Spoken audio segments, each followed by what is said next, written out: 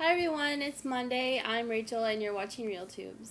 So this weekend, oh my gosh, I saw the Ting Tings with some friends from the Women's Center and it was fucking awesome. You probably heard this song before. Shut up and let me go. Hey!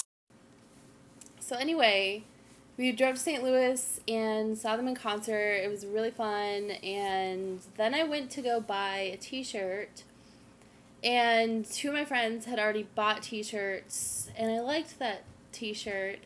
And so I get in line, and I finally, the lady finally, like, looks at me as if I can order now, because there are a bunch of people.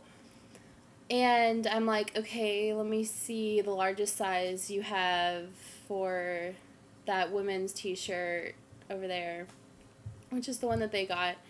And an extra large was like, it looked like a medium, like you would find in a regular store.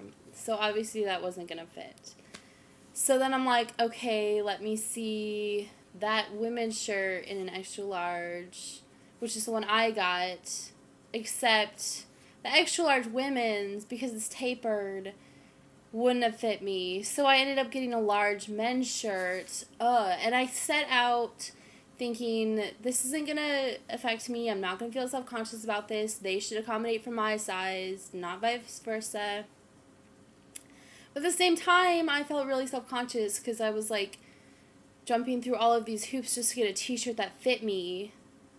It pissed me off. I shouldn't have to buy a men's t-shirt to find a t-shirt that fits me.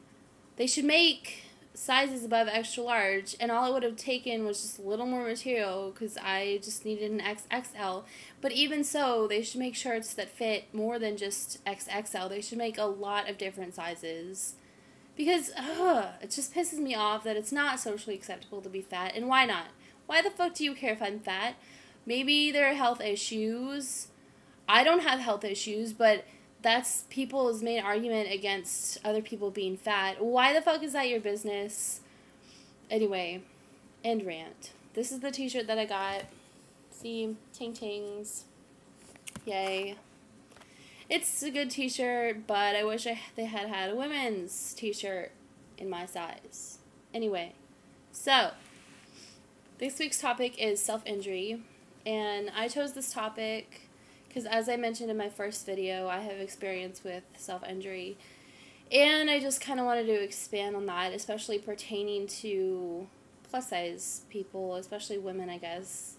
Or I guess it could be men and women it applies to. It applies to everyone.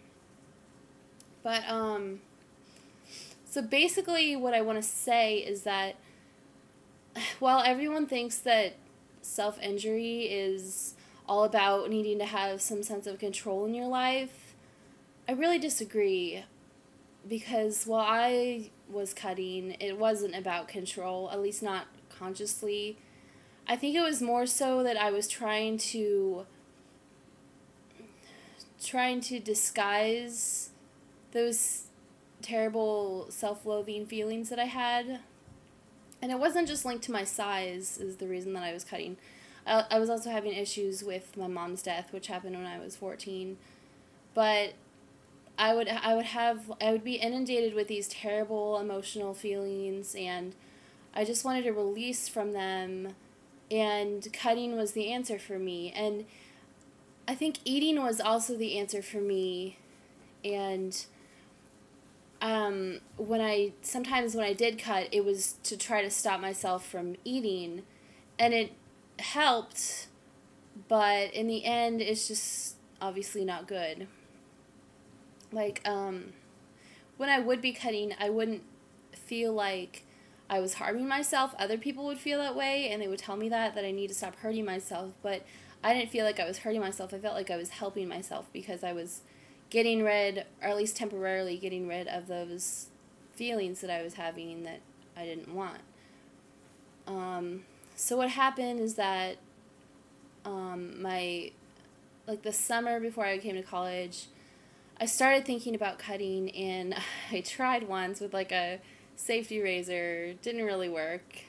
Well, it did a little bit, but not effectively, I guess. And anyway, So I just kept thinking about it, and then finally I tried it, and I couldn't really stop, and I would always think about it. And the reason I did stop was because my family and friends really urged me to stop.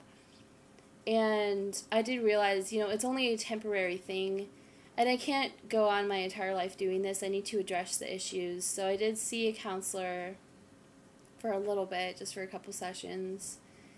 And for a long time, after I stopped cutting, I thought about cutting all the time, almost all the time, and I was like, when is this going to end? And gradually, even though I thought it wouldn't, I did stop thinking about cutting 24/7. And now I don't really think about it at all unless I'm in like a terrible, terrible mood, but I haven't cut since last June? Yeah, I think. So that's my story. That's basically my viewpoint on it, and I'm wondering if any of the other girls have any experience or know anyone who's had experiences with self-injury, and feel free, girls, to also talk about binging and like other eating disorders as self-injury, because I feel like eating disorders are self-injury. So that's all I have to say, and I'll see you next Monday. Bye.